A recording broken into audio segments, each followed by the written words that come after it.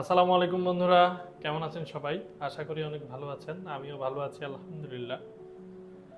জাপানে উচ্চ শিক্ষার জন্য আপনারা যারা যেতে চান তারা রিকোয়ারমেন্টস যেগুলো রয়েছে সেগুলোর মধ্যে সর্বপ্রথম সর্বনিম্ন আপনাকে বাংলাদেশ থেকে ইন্টারমিডিয়েট অথবা সমমানের ডিগ্রি পাস থাকতে হবে। তাহলে আপনারা স্টুডেন্ট ভিসায় জাপানে গমন করতে পারবেন। জাপানে স্টুডেন্ট ভিসায় যাওয়ার জন্য পড়াশোনার পাশাপাশি কিছু রিকোয়ারমেন্টস আছে।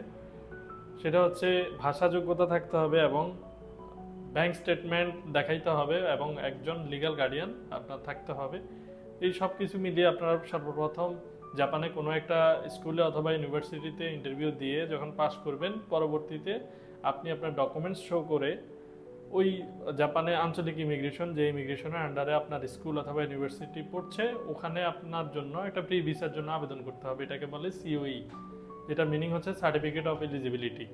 এটা যখন ওখান থেকে ইস্যু হবে, আপনার ডকুমেন্টস সবগুলি জমা দেওয়ার পর, তখন বাংলাদেশে অবস্থানরত যে এজেন্সি থেকে আপনি অ্যাপ্লাই করেছেন তারা আপনার সব ডকুমেন্টস সহকারে সিওই সহকারে আপনাকে এম্বাসি পর্যন্ত পাঠাবে।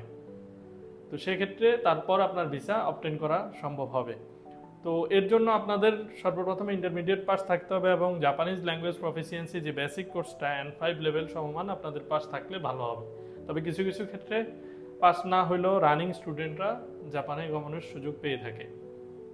কিন্তু সর্বপ্রথম আপনাকে ল্যাঙ্গুয়েজ শিখতেই হবে, এটা বাধ্যতামূলক।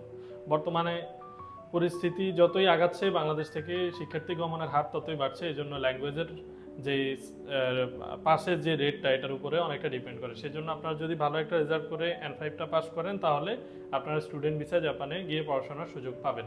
তো জাপান সম্পর্কিত যে কোনো ধরনের ইনফরমেশনের জন্য আমাদের সাথে যোগাযোগ করবেন।